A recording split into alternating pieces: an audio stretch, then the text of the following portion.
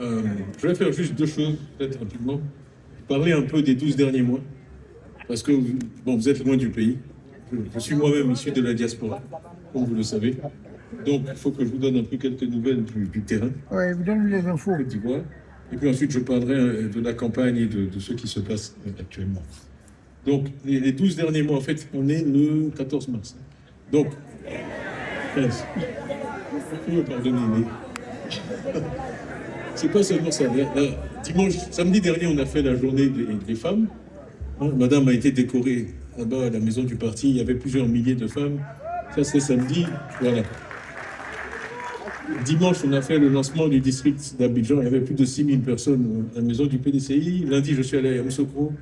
Mardi, j'ai reçu la région des lacs du Bélier et de Yamoussoukro, 3 districts, pendant plusieurs heures. Mercredi, j'ai reçu, je ne sais même plus, les montagnes, merci. Les montagnes, et puis Sassandra Marawi. Voilà.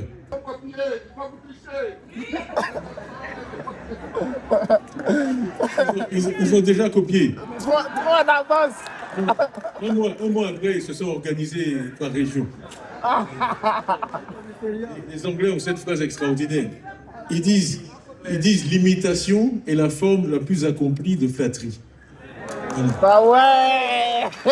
L'imitation est la forme la plus accomplie de flatterie. Je suis convaincu. Quand on imite, on vous flatte. Il faut accepter. Je suis convaincu. Mais la copie n'est jamais aussi bonne que l'original. Voilà. Je suis convaincu. Comprends, ouais. Vous savez, moi j'étais enfant, bon, c'est pas très politiquement correct, mais je suis un chasseur. Et c'est comme quand le lièvre, quand il y a un chien qui suit le lièvre, vous savez comment le lièvre fait? Il court et puis il passe à côté d'un arbre. D'abord, il passe peut-être à 2 mètres, et puis de plus en plus, quand il passe au pas des arbres, il se rapproche. Et le chien le suit, jusqu'à un moment, il prend un gros arbre, il taille juste au ras de l'arbre, à tous les coups, le chien prend l'arbre.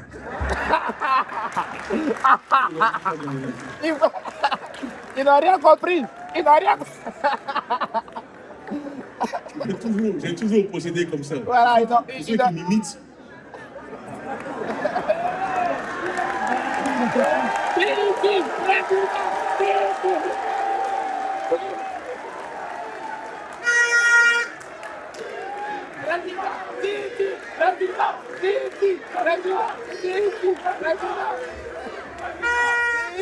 Non, c'est ça, c'est l'intérêt de comment il appelle ça. C'est incroyable ça.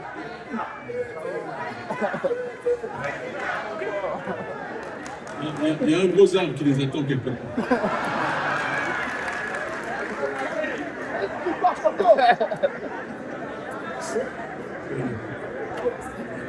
Je dis toujours aussi que, en général, il faut éviter de se choisir des chefs qui ne peuvent pas vous faire rire. Méfiez-vous des gens qui n'ont pas le sens de l'humour. Ah ouais. C'est très dangereux. Très dangereux. À éviter. Bon, donc on a réorganisé le parti, je vais aller plus vite. On a fait les nouvelles adhésions. Je crois que beaucoup d'entre vous, on a fait IPDCI, qui permettent aux gens d'adhérer à distance. Je crois qu'on a eu plusieurs dizaines de milliers d'adhésions. Bon, et ça aussi, c'est c'est la sève vive du parti, c'est ce qui permet au parti de vivre. Les nouveaux adhérents, les jeunes, c'est aussi la préparation de l'avenir, c'est les gens qui vont faire le PDCI de demain et d'après-demain. Bon. Et sur une note moins joyeuse, mais extrêmement importante, on a fait les obsèques du président Bédié. Et encore paix à son âme, on lui doit énormément, il a sacrifié quasiment toute sa vie pour le parti, et on nous attendait. On nous attendait là-dessus. Je peux vous dire, notre subvention de 1,2 milliard et quelques l'État nous doit, on l'a eu le 20 décembre 2024. Donc on a fonctionné toute l'année 2024 sans subvention. Fonds propres. Donc je ne vais pas donner de chiffres de qui a contribué, on a tous mis la main dans la poche, mais on a pu faire des obsèques dignes pour le président, et on peut être fier de ce qui a été fait.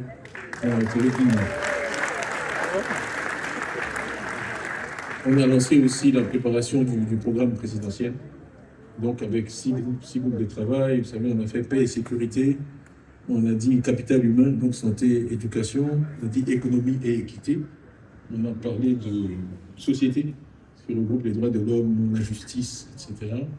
On a parlé de développement durable, enfin donc vraiment un panorama complet de la société de l'économie ivoirienne. Et en février, j'ai passé plusieurs dizaines d'heures avec chacun des groupes.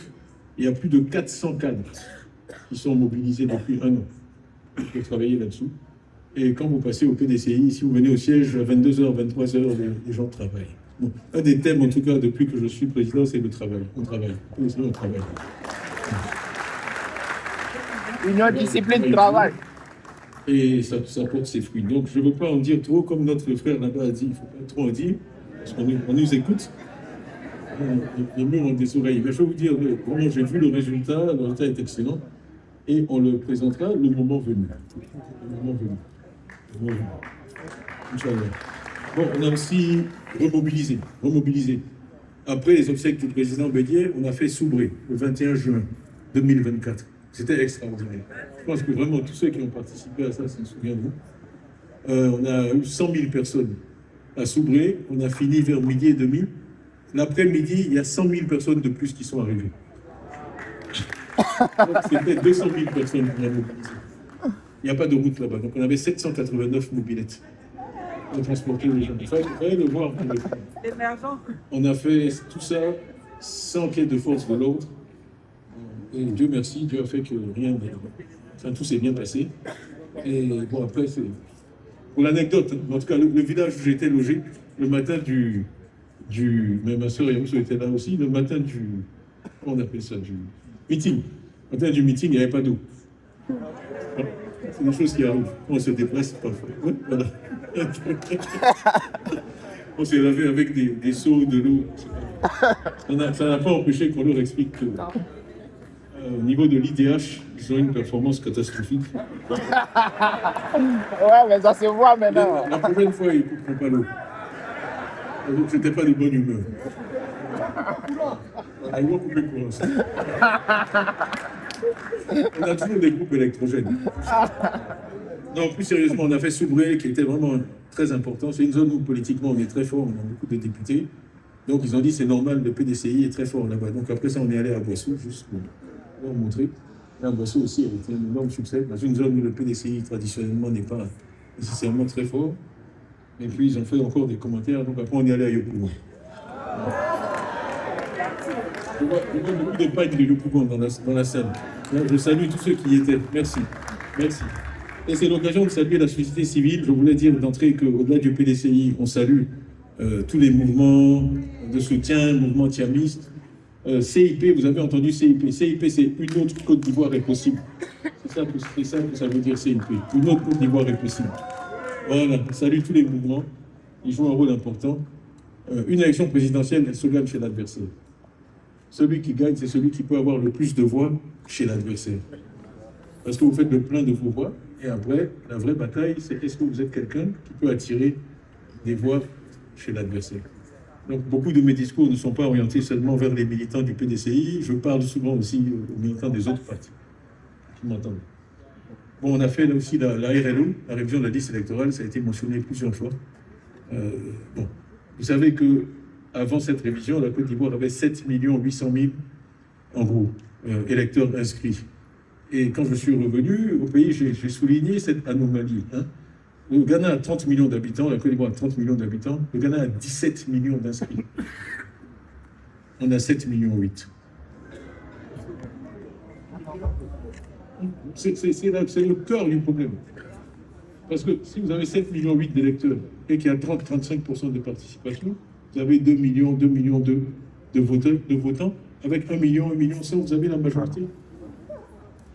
Donc, si vous êtes minoritaire et que vous voulez vous maintenir au pouvoir, c'est clé que le corps électoral n'augmente pas. C'est aussi simple que ça. J'avais les secrétaires de section l'autre jour. Si vous êtes dans un village, vous savez que vous n'avez pas beaucoup de partisans, est-ce que vous voulez que tout le monde vote? Non. Voilà. Donc c'est la même chose à l'échelle du pays. Ouais, malheureusement. Donc, changer ça, ça a été... J'en ai parlé dès le mois de mars 2024, quand j'ai dit il manque au minimum 4 à 5 millions d'électeurs. Ils ont dit l'ingénieur qui ne sait pas compter. Je ne pense pas. Mais après, le chiffre a été repris par la CEI elle-même. Aujourd'hui, la CEI même dit oui, il faut 4 à 5 millions d'électeurs de plus. Donc, on a fait la RLE, où je me suis engagé personnellement très fort. Tout le monde m'a dit oui, mais tu es le seul président de parti qui sillonne le pays, et puis si ça ne marche pas. Bon, moi, je ne réfléchis jamais comme ça. De toute façon, dans la vie, si on réfléchit comme ça, on ne fait rien. Voilà. You have to plan for success. C'est vraiment très, très, très important. Quand je suis arrivé à Londres, j'ai appris beaucoup des Anglais. Quand on me décrit comme l'homme des Français, ça me fait sourire souvent. Il suffit de regarder ma carrière. Je n'ai jamais travaillé pour une entreprise française.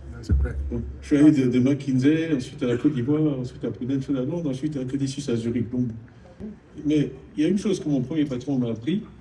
Après 2 ans à Londres, j'étais encore locataire. Il m'a dit, mais Titi, qu'est-ce que tu veux dire? Pourquoi tu n'as pas acheté une maison? Et il m'a dit, you have to plan for success. You plan for success. You have to plan Not for for success. failure. Tu dois planifier ton succès. Et You have to plan plan for success will follow. Ok, I get it. Il m'a dit, tu vas et tu achètes la maison la plus chère dans le truc, tu prends un énorme mortgage et puis après tu travailles comme un fou pour payer ton mortgage. Ok, thank you. Ça, c'est la méthode britannique. C'est pas de dire oui, mais si je le trouve. Et vraiment, c'est très important. C'est très important comme philosophie. Et la RLE, c'était ça. Après 3 semaines, bon, il y a 1 460 000 Ivoiriens qui se sont rendus dans ces bureaux-là pour une démarche ou une autre, sauf pendant 4 semaines. Mais après 3 semaines, on était à 500 000. On dit, oh, voilà, tiens, ça n'a pas marché, mais il y a eu 1 million dans la dernière semaine. C'est comme ça qu'on est arrivé à 1,5 million de gens qui se sont déplacés. Donc ça veut dire aussi qu'il ne faut jamais... Moi, j'étais un gars, j'étais pas très doué en sport. Mais vraiment, même quand l'arbitre sifflait la fin du match, je continuais à jouer. Parce que, on ne sait jamais. Vous tirez, ça rentre. Est-ce que c'était avant qu'il siffle? Bon, ça peut compter. Voilà. Donc il faut. C'est-à-dire que voilà, je me bats jusque. Et parfois, même quand l'arbitre vous voit jouer comme ça, il ne siffle pas. Et c'est la vérité, tous ceux qui ont fait du sport, ça, il faut pas terminer votre action. Et si Dieu le veut, vous marquez, c'est bon. J'étais là, je suis j'ai fait 10 villes en 10 jours, j'ai fait 6 quartiers d'Abidjan, ça a marché, les gens se sont mobilisés. Ça a commencé à me donner de l'espoir et ça a beaucoup inquiété le gouvernement. Et j'ai dit, c'est un peu de notre faute s'il n'y a pas eu de RLE. En 2025, c'est qu'on a trop bien travaillé. Quand ils ont vu ce qui s'est passé en 4 semaines, imaginez, si vous gagnez les élections avec 1 million de voix, qu'il y a un type qui vient et puis il bouge 1,5 million de personnes, pensez à vous inquiéter. S'il bouge 1,5 million, faites comment? Donc voilà pourquoi on a du mal à avoir une RLE en 2025. C'est juste un problème d'arithmétique. Ouais. Bon. Donc tout ça, c'est les activités des 12 derniers mois. Bon, bien sûr, beaucoup de lobbying, que ce soit à l'étranger, etc., pour expliquer ce qu'on fait. Et bon, beaucoup de déplacements. On me dit que je ne passe pas beaucoup de temps en Côte d'Ivoire. Je dis, ok, je suis allé à Mans, je suis allé à Djouikoué, je suis allé à Gounon, je suis allé à Gonaté, je suis allé à Daloa, je suis allé à Timboko, je suis allé à Toumoudi, je suis allé à Bosso, je suis allé à Odiené, je suis allé à Guaflé, je suis allé à Guaflé plusieurs fois, je ne sais pas combien de fois. Donc je dis, au moins, pour faire ça, là, je devais être en Côte d'Ivoire. Bon, donc on a sillonné le pays et on va continuer. On continue de se déplacer. C'est important d'être présent sur le terrain. Parce que je suis parti il y a longtemps, il y a beaucoup de gens qui me voient que à la télé, les journaux, donc c'est important que je me déplace et je vais continuer. En fait, le dernier point que je vais mentionner, c'est justement la CAP, la coalition de l'opposition, qui est très importante. Et moi, j'étais fier pour le PDC parce qu'on travaille là-dessus depuis beaucoup plus d'1 an. Et le fait qu'il y ait Mme Gbagbo, bon, à ce stade, vous savez, j'aime bien faire des plaisanteries. Donc, quand on était au siège du PDC, je crois que c'était lundi, je lui ai dit, mais est-ce que tu pensais un jour faire un discours important à la maison du parti du PDC? Mais ça, c'est la magie de l'union. Et symboliquement, c'est très important. Moi, je vais associer au MGC, elle vient ici. C'est ce que je souhaite. Je pense qu'on en est capable. On en est capable. Il faut le vouloir. Aujourd'hui, on est face à... Honnêtement, je suis assez déçu. Parce que vraiment, depuis que je suis arrivé, j'ai fait tout ce que je pouvais pour adopter un ton conciliant, respectueux, poli. Au point même que certains se disaient, mais lui là, il est trop mou, il est trop ceci, il est trop... C'est délibéré. Parce que, comme tout le monde, je peux être impoli. Impoli, c'est pas nécessairement de la faiblesse. Mais je dois dire, on n'est pas payé de le faire. Tout ce que j'ai de retour, c'est des injures, des calomnies. On me traîne dans la rue. Et c'est malheureux, parce que j'ai l'impression qu'on a affaire à des gens qui ne savent que se comporter comme ça. Même quand vous ne les agressez pas, eux, ils vous agressent. Depuis C'est 2000, comme une machine qui a un seul mode de fonctionnement. depuis le 19 Ils ne septembre. comprennent même pas que le contexte a changé, on se comporte différemment, et quelqu'un vous mord, même quand vous êtes complètement respectueux et poli. Donc c'est malheureux. C'est la C'est peur, malheureux. ils ont peur. C'est malheureux. C'est malheureux, c'est malheureux, c'est malheureux. Mais je crois qu'il ne faut pas qu'on dévie. Quand ils nous ont envoyé 39 cargos de police pour empêcher la tenue du congrès le 15 décembre 2023, c'est ce que j'ai dit. Dans la vie, on ne contrôle pas les événements, mais ce qu'on contrôle toujours, c'est comment on réagit aux événements. Donc,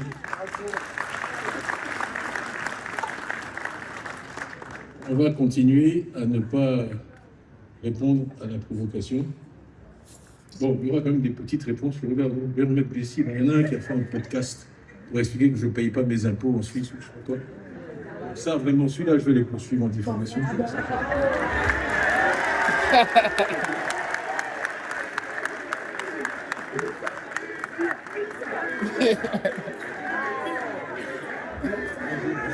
Je vais essayer d'expliquer à ce monsieur que depuis 2007, je suis à des conseils d'administration de sociétés listées et que toutes mes rémunérations sont publiques au dernier centime près. C'est dans les rapports annuels d'Aviva, de Prudential, de Crédit Suisse chaque année. La transparence. On ne peut pas frauder au fisc. Ce sont juste des ignorants et ils font le monde à leur image. Quelqu'un m'a dit, oui, mais il semble que ces derniers temps, tu es un peu énervé dans certains de tes discours à Yamoussoukro, à Abidjan. Il a dit, oui, mais je ne suis pas un punching ball. Et je suis un être humain. Il y a un moment où trop c'est trop. Il y a un moment où trop c'est trop. Il y a le jeu politique normal que j'accepte. Je suis un grand garçon. Quand je suis entré en politique, j'accepte. Mais la calomnie, le mensonge systématique, à un moment, il faut dire, bon, ça suffit. Voilà. Surtout, et c'est le deuxième point de mon exposé, surtout quand on a un bilan comme le nôtre.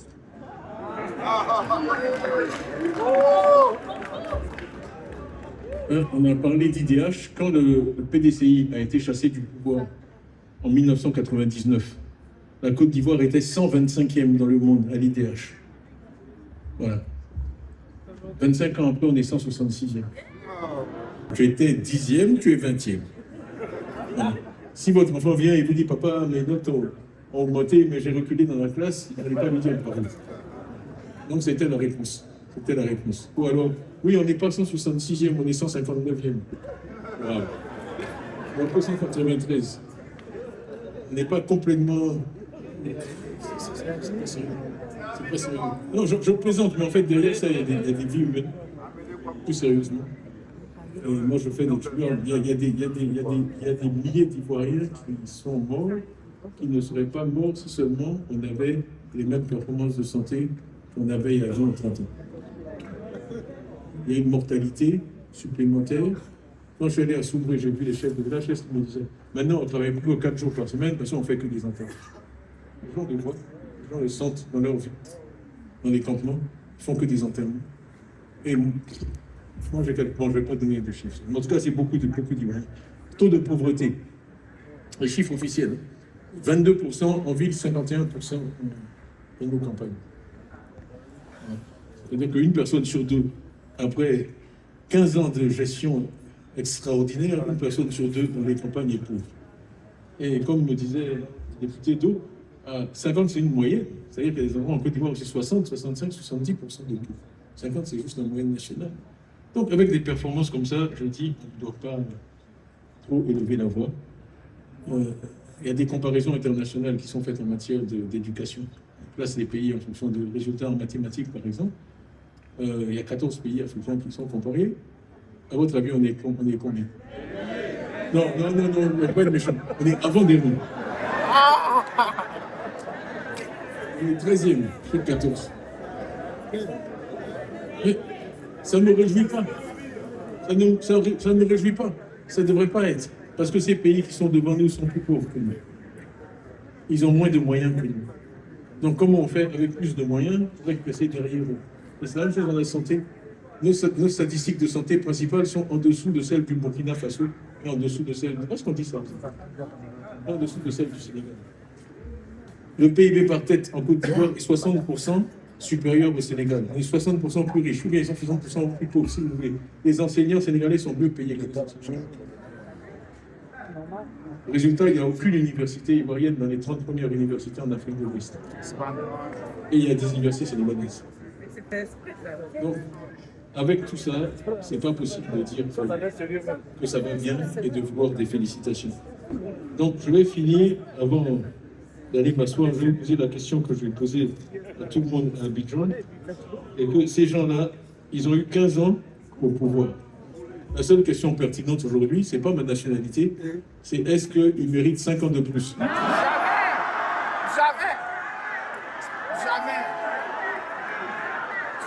Jamais. Jamais.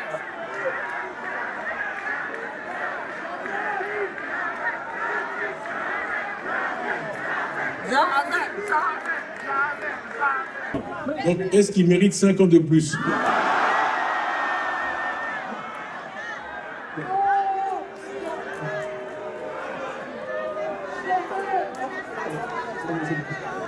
Vous avez bien répondu à la question, donc je vous donne un 20 sur 20.